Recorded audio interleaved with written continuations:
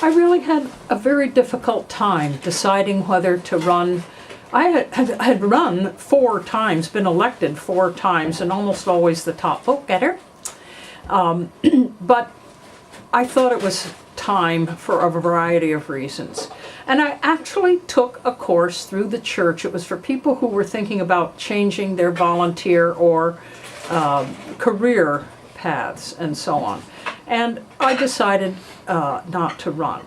As it turned out, I finished the school board in 1991, and I finished in December, and the next May was when Jim came home and he said, "I have cancer."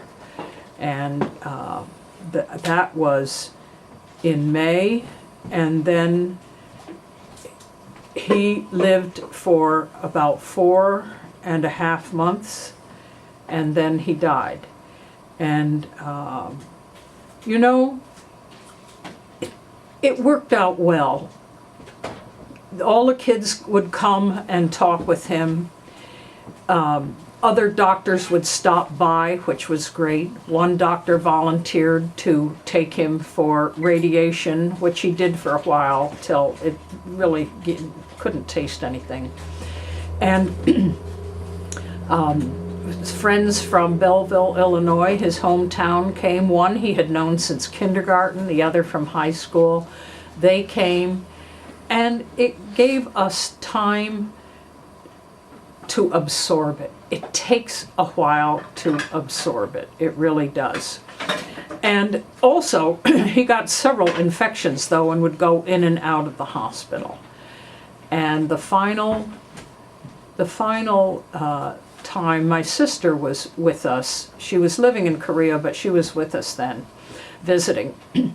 And Jim had ordered lobster. He loved lobster, clams, and oysters, and he really had a lot of special dishes that he made with clams and oyster. Clams Casino, oysters Rockefeller, and New England Maine lobster. And he wasn't eating the lobster. That I knew he was sick then, and we took him into the hospital, and that was the final time. And all the kids had a chance to come up and be with him, and and it was a good time. And then he was ready. He said, I'm ready for more morphine." And he died. I was there. I had spent that night with him. And one of the nurses said to me, "Have you told him it's all right to go?" And I said, "What do you mean? I thought he was really kind of out of it. Do you think he can hear?" She said, "We don't know whether people can hear or not, but it seems to help." And sure enough, I told him, and the next morning he died. There was the most wonderful funeral. It really was a celebration of his life. The church was packed. People were even in the choir stalls.